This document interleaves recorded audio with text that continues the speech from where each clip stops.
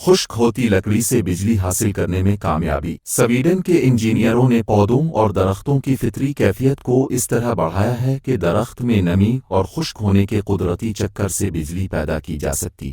کے T H Royal انسٹی ٹیوٹ آف ٹیکنالوجی کے ماہرین کے مطابق لکڑی میں نمی اور خشکی کا عمل ٹرانسپائریشن کہلاتا ہے، جو تمام پودوں اور درختوں میں ہوتا ہے۔ جب پودوں کا پانی بخارات بن کر اڑتا ہے تو اس سے حیاتی بجلی بائیو الیکٹریسٹی پیدا ہوتی ہے۔ تاہم بجلی کی اس خفیف مقدار کو بڑھانے کے لیے لکڑی کے خلیات کی ری انجینئرنگ کی گئی ہے، جس میں سوڈیم ہائیڈروکسائڈ استعمال کیا گیا ہے۔ اس طرح لکڑی کے سیلز خلیات کو بہت نفوذ پذیر زیادہ وسیع بنایا گیا ہے تاکہ پانی اس میں زیادہ جا سکے اور نکل سکے، یعنی پانی کی آمد و رفت جتنی بڑھے گی اس فرق سے بننے والی بجلی اتنی ہی زیادہ ہوگی۔ اس کے لیے لکڑی کی پی ایچ سطح میں بھی رد و بدل کیا گیا۔ انجینئر یوان لائی نے بتایا کہ ہم نے معمول کی اور پھر تبدیل شدہ لکڑی کے سطح، خلیات، پانی کے گزرنے جیسے تمام عوامل کا جائزہ لیا ہے۔ اس طرح لکڑی 1 وولٹ فی مربع سینٹی میٹر تک بجلی خارج کرتی ہے، جو درمیان میں ضائع ہے کر بھی ہم تک 1.35 مائکرو واٹ تک پہنچتا۔